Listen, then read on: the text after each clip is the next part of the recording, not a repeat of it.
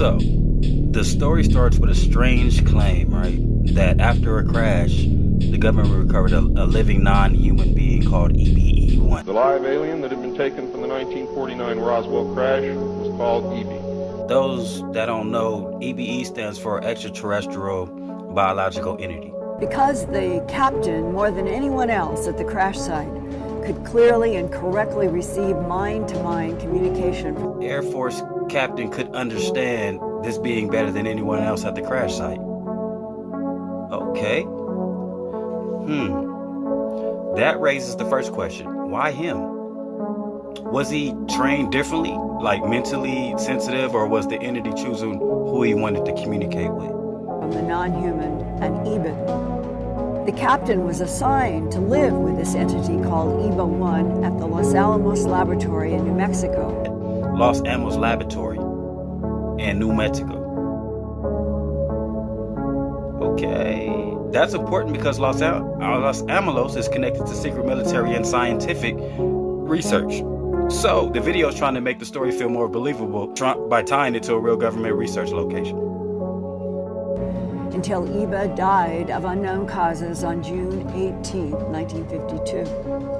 EBE-1 dies in 1952. Okay, so next it says EBE-1 died in 1952 from unknown causes. That adds mystery, but it also raises questions. If this being was real, why don't we have medical records, right? Why don't we have photos, official documents, or physical evidence?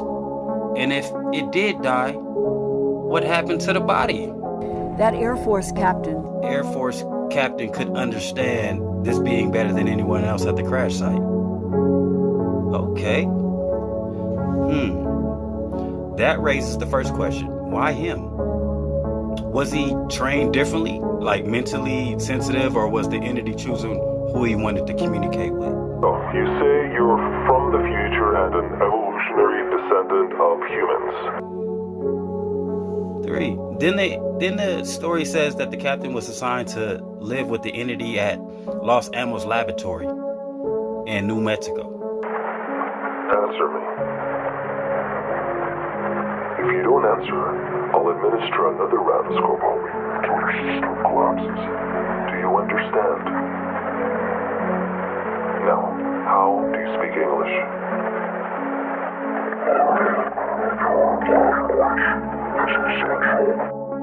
said one of the most important transmissions that he ever received from this EBE was, quote, "We made you, we put you here on earth, but you have to live it."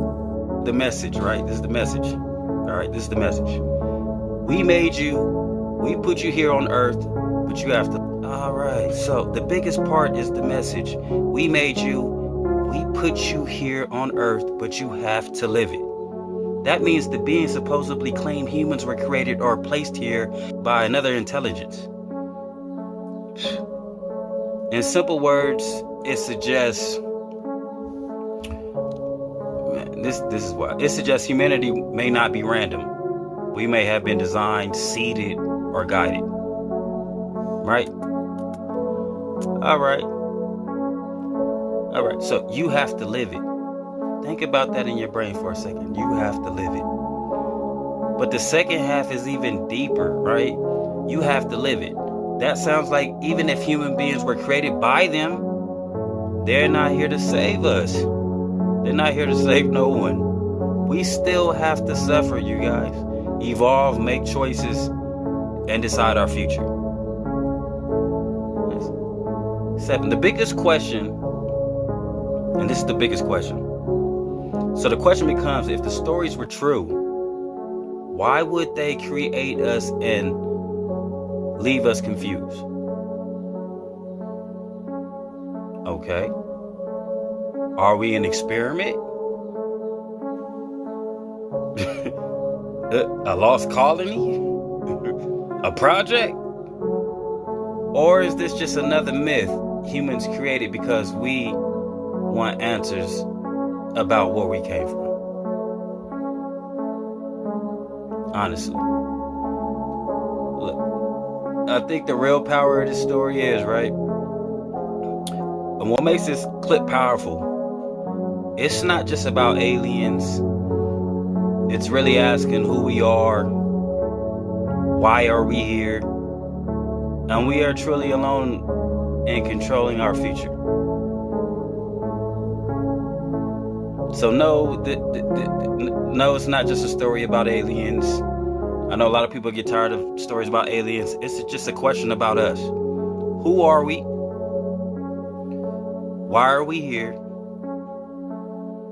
Are we truly alone in controlling our future? The conscious signal.